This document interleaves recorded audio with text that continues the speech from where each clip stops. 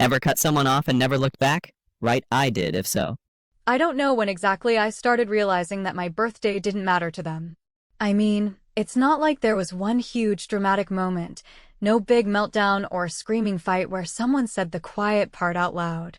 It was more like this slow, gnawing feeling that built up year after year until it became so familiar I could practically set my watch to it. The truth is, my family forgot my birthday so many times that at some point, I stopped expecting anything at all, not even a text. And the saddest part? They didn't forget because they were bad people. They forgot because they never thought it mattered to remember. Not when it was me. Growing up, I was the quiet one. The easy one. I didn't throw tantrums or break stuff or get caught sneaking out. I wasn't the one they had to worry about. That title went to my younger brother, Matt. He was what you'd call a handful, but the way my parents talked about him, you'd think it was endearing, like a personality quirk. That's just Matt, they'd say when he got suspended from school. He's just going through a phase when he crashed Dad's car into a mailbox. He needs support right now when he dropped out of college for the second time. But when I got promoted at my job, silence. When I helped pay off part of my student loans early, crickets. When I bought my first car with cash I'd saved for years. My mom said, "That's great, honey," and then immediately asked if I could loan Matt a few $100 until he got back on his feet. But birthdays, yeah, that's where it really hit home. Matt's birthday was basically a national holiday in our house. Every year without fail, there were decorations, balloons, cakes, parties, and so many gifts it felt like Christmas in July. When he turned 16, they gave him a used car beat up, sure, but still a car, and took him out for dinner and ice cream after. I turned 16 6 years earlier, and I remember getting a $5 Starbucks gift card that had a sticky note on it saying, "We owe you a real gift, ran out of time this week." That real gift never came, by the way. I'm 35 now, and I'm still waiting. One year, I decided to test it. I didn't remind anyone. I didn't drop hints. I didn't post anything on Facebook. I just stayed quiet to see what would happen. That birthday came and went like any other Tuesday. No calls. No texts. No nothing. Then, 3 days later, my mom called to ask if I'd seen the new photos of Matt's puppy on Instagram. Not a word about my birthday. Not even an afterthought. It's not even about the gifts, really. It's the feeling. The way your own family can make you feel like a ghost in your own life. Like you're there, technically, but nobody's really seeing you. And the worst part? I never said anything. Not once. I smiled through it, nodded, told myself not to make a big deal, that it's just a birthday, that I was being immature if I brought it up. I swallowed it. All of it. Because they already thought I was the strong one, the one who didn't need much, and if I complained, I'd just sound bitter or ungrateful. But it stuck with me every single time. Every time my dad said, "We'll make it up to you," but never did. Every time Matt posted his birthday haul on Instagram, and I saw the same people who forgot about me commenting things like, "You deserve it, King." Every time I got a generic message 2 weeks late from my aunt saying, "Hope your day was special," like someone had reminded her at the last minute. You ever feel like you could walk out of the room and nobody would notice? Like you could disappear for weeks and only be contacted if someone needed a favor or a ride to the airport. That's how it felt. All the time. And I didn't want to be dramatic about it because I knew how that would be received. I'd be the difficult one, the emotional one, and God forbid I ever become that. So instead, I became really good at pretending I didn't care. What they didn't realize was that while they were forgetting my birthdays, I wasn't forgetting the way it made me feel. I wasn't forgetting the sting of watching Matt get hundreds of dollars in gifts while I got handed leftover cards from the drawer in the kitchen. I wasn't forgetting how every "oops, sorry" landed like a punch, even if it came with a hug and an excuse. I remembered it all. And the longer it went on, the more I started seeing it not as an accident, but as a pattern. One that wasn't ever going to change unless I changed something. So I did. I changed everything. And the funny part is, I didn't even do it out of revenge. I didn't sit around plotting how to make them feel the way they made me feel. I just got tired of needing anything from people who made it clear year after year that they didn't have the capacity to give it. I poured myself into my work, saved every cent I could, built something that belonged to me. I didn't post about it. I didn't brag. I didn't even tell anyone, not even my closest friend. I stayed silent, just like they taught me to. But this year, something shifted. This year, I didn't say a single word when my birthday rolled around, and once again, nothing happened. Not a text, not a call, not even a Facebook, HBD. But this time, I had something waiting for them. And I wasn't going to scream it. I was going to whisper it loud enough that they'd never unhear it. Because while they were busy forgetting me, I was buying something unforgettable. And the moment I posted it, the silence turned into chaos.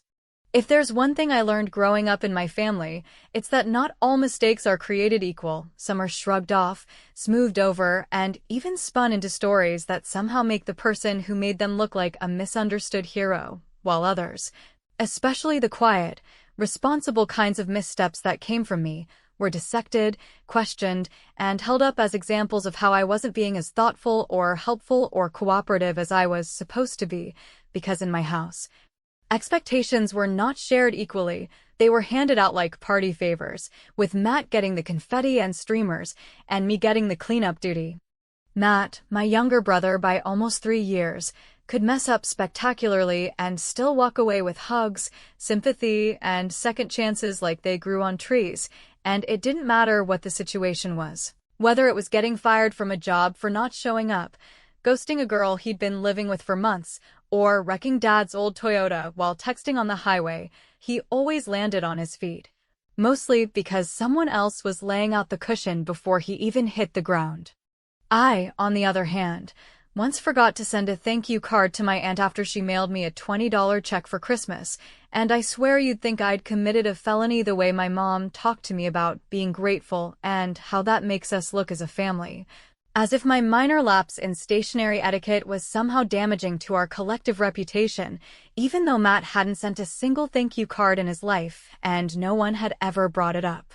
He was always in the middle of some disaster, some crisis that needed attention and resources and endless emotional labor, and because I had always been reliable, the one who didn't make waves, they leaned on me not just to stay out of trouble, but to help clean up his messes, even when I didn't cause them and, frankly, even when I was the one suffering because of them. There was a point, somewhere around my late 20s, when I realized I wasn't even mad about Matt getting more attention or praise anymore. I was just exhausted from how automatic it had all become, how whenever something happened to him, no matter how much of it was his own doing, the whole family would rally like soldiers called to duty, fundraising for his rent, excusing his laziness as burnout, blaming his girlfriends for the breakups, and painting him as this poor lost soul who just needed a little more time, a little more understanding, a little more help. I remember one year, Matt had just gotten out of rehab. It was his second stint, this time for pills, and my parents threw a little backyard barbecue to celebrate his recovery, which, in itself, I had no issue with because addiction is real and recovery deserves recognition, but they scheduled it on my birthday weekend, didn't even ask me how I felt about it, and when I mentioned, lightly, that maybe we could acknowledge both things, my mom got this pinched look on her face and said, "Amy, can't you just let Matt have his moment? He's been through a lot." As if I hadn't been through anything. As if staying strong and doing everything right meant I had no claim to anything emotional or celebratory. As if my consistency made me less deserving of acknowledgement, not more. And it's not like I didn't try to connect with him. I wasn't jealous of him. I just wanted to understand why the rules were different for us, why he could do the bare minimum and still get paraded around like a miracle, while I quietly climbed my way into stability and got nothing more than a passing "Good for you, sweetie."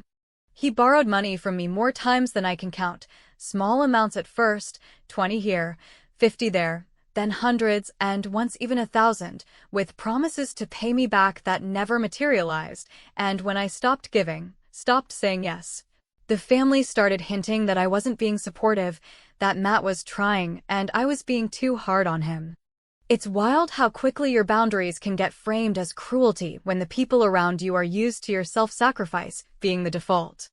The final straw came the year he turned 35, just 1 month before I did, and my parents gifted him a 5-day cruise to the Bahamas to lift his spirits after a rough divorce, his third, by the way. And when I asked if they were planning anything for my birthday next month, my dad looked genuinely confused and said, "Oh, you're not really into that kind of thing, are you?" And that was it. That was the moment I stopped trying to explain how I felt, because they weren't even pretending to understand anymore. They'd just decided who I was and what I needed without asking. And any effort to correct that narrative was met with a kind of subtle gaslighting, like I was imagining the disparity, like I was making a fuss over nothing, like I should be proud of being so independent. So, I stopped reminding them. I stopped telling them what day my birthday fell on, stopped dropping hints or pretending it didn't matter when it clearly did, and I just let them continue as they were, blissfully unaware, caught up in Matt's latest emergency.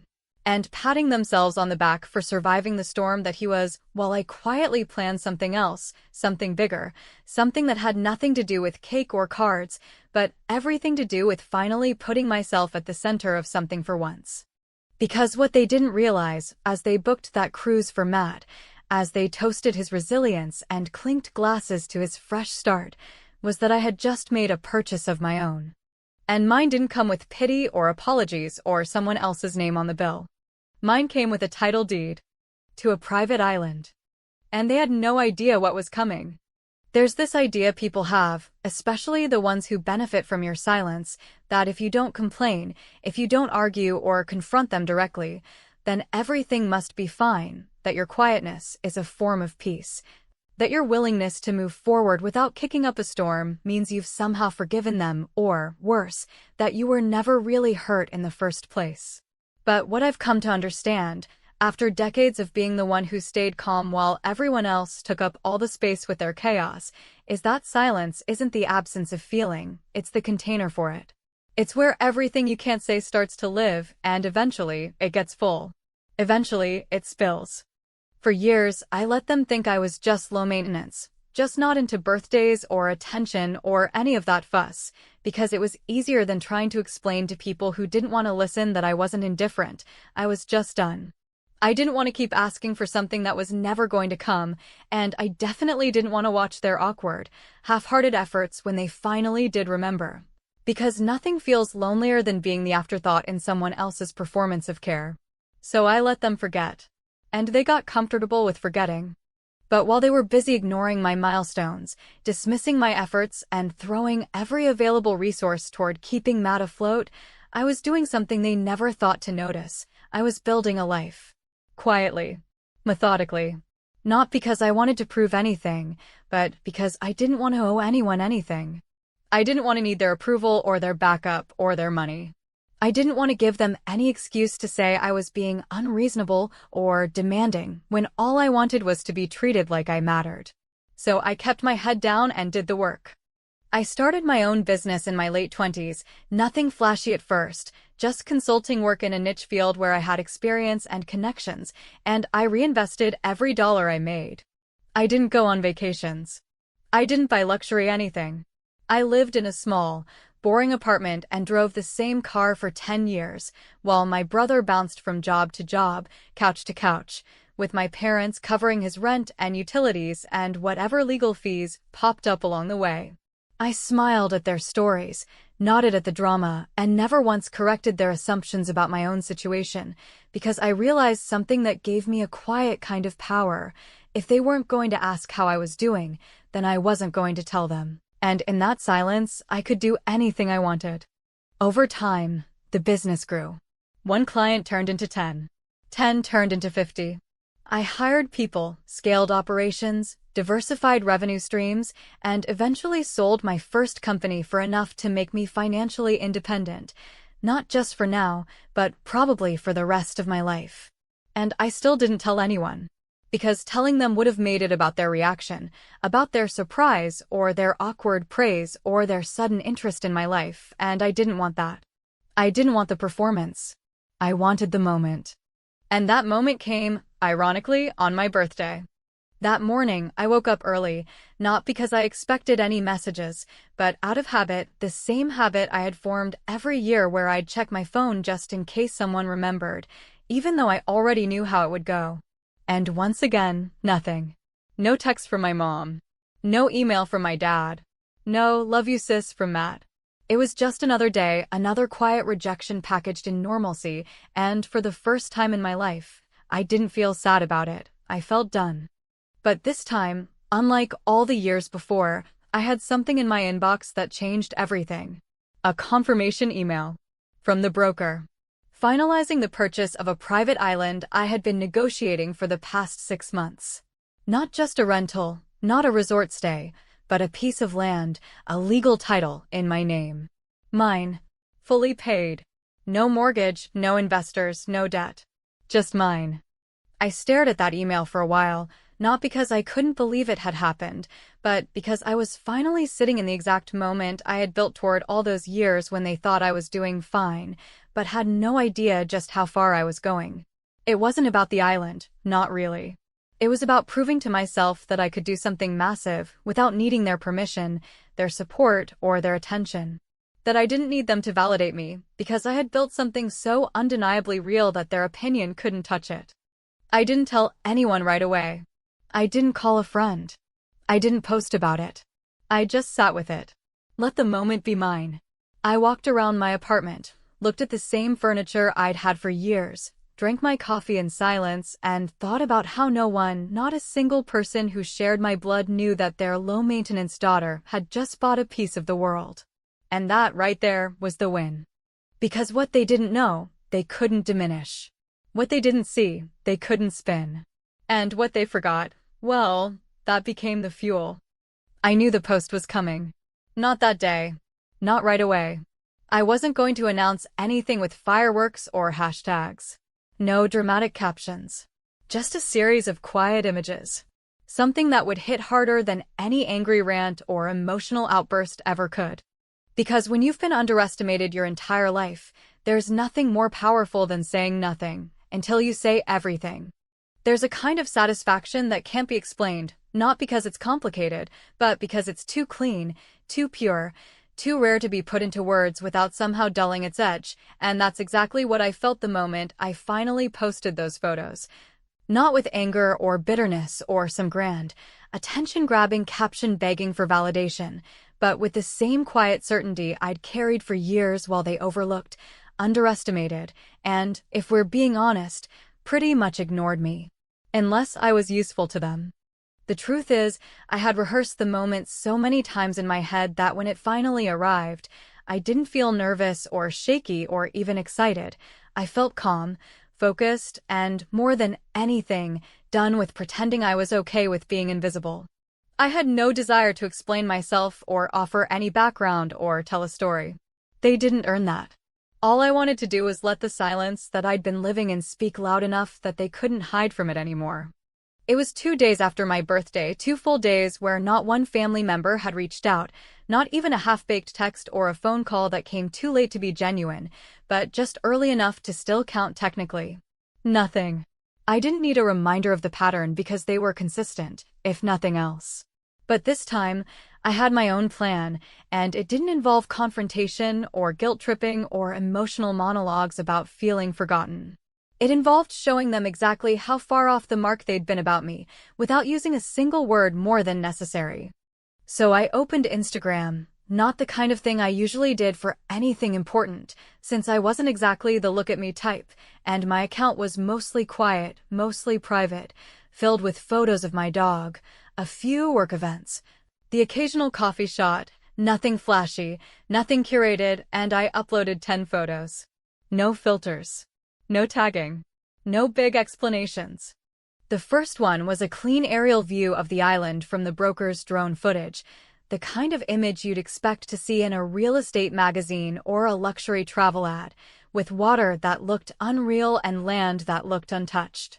The second was a close-up of the deed with my name printed across the top, no other details visible, no location, no legal stuff, just enough to make the message loud and unmistakable. The third was the welcome sign I had customized with my name engraved at the front of the small private dock. After that came a shot of the simple villa being constructed. Nothing excessive, just elegant, modern, and unmistakably permanent. Then came the champagne bottle with my initials carved into the glass, sitting next to a laptop screen displaying the wire confirmation for the final payment, followed by a photo of the shoreline with a caption that said nothing more than, "It's been a long time coming." That's when it started. First, a like from an old college friend. Then a comment, someone asking if I was on vacation. Then more likes. Then a DM. Then a missed call. Then another comment. Wait, what is this? Then, suddenly, a text from my cousin, someone who hadn't reached out to me since my dad's last birthday 3 years ago, asking, "Is this real? Like, you actually own it?" No emojis. Just disbelief. And that's when I knew it was starting to ripple through the family. I didn't respond. I didn't clarify. I didn't add to the mystery. I just let them sit in it. About an hour later, Matt called. Twice. I didn't answer. I didn't need to. Then came the message from my mom. 4 words. That's it. What is this about? No punctuation. No greeting. Just confusion. No mention of my birthday. No apology. No, we didn't know. Just her default setting, control. It wasn't curiosity, it was panic. Because for the first time, something had happened that she didn't know about, couldn't manage, couldn't spin.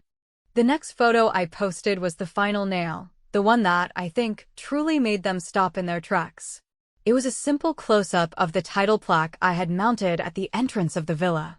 No filters. No lighting tricks. Just this. For every year I waited to be seen. That's all it said. And it said everything. The comments exploded. Old classmates, acquaintances, even people I barely spoke to anymore, all chiming in, asking questions, congratulating me, speculating, digging through the few clues I'd left behind. Some people were genuinely happy for me. Others were nosy. But what mattered was who wasn't saying anything. No call from my dad. No acknowledgement from Matt beyond those missed calls. No apology from my mother.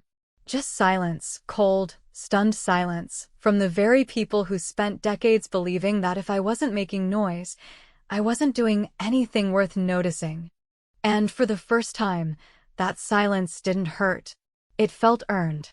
Because they weren't silent at me this time, they were silent because of me. Because I had finally flipped the narrative in a way they couldn't rewrite. I didn't explode. I didn't lash out. I didn't drag anyone publicly or share childhood sob stories to justify my win. I just let the truth speak for itself in the most undeniable way possible. I didn't need them to clap for me. I didn't need their shock to feel satisfied. I just needed them to understand, in their own quiet discomfort, that I had always been capable, always been valuable, and that their failure to see that didn't define me, it defined them. So when Matt texted one last time, writing, "Are you serious right now? What the hell is going on?" I didn't reply with words. I posted one final story. A short clip. Me, sitting on the dock. Feet in the water.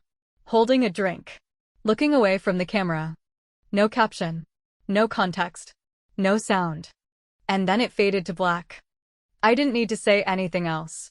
I think the part that caught them off guard the most wasn't the island or the money. Or even the fact that I had never once mentioned anything about the life I was quietly building while they kept throwing attention and support at Matt like he was some wounded war hero who just needed one more break to finally get it right. It was the fact that I didn't ask them for anything, that I didn't use that moment to rub it in their faces or to demand a seat at the table they'd always denied me, that I didn't even seem to want anything from them anymore at all. And that right there, that absence of need, that terrifying realization that I had stopped trying to be part of the club entirely, was the thing that made them spiral.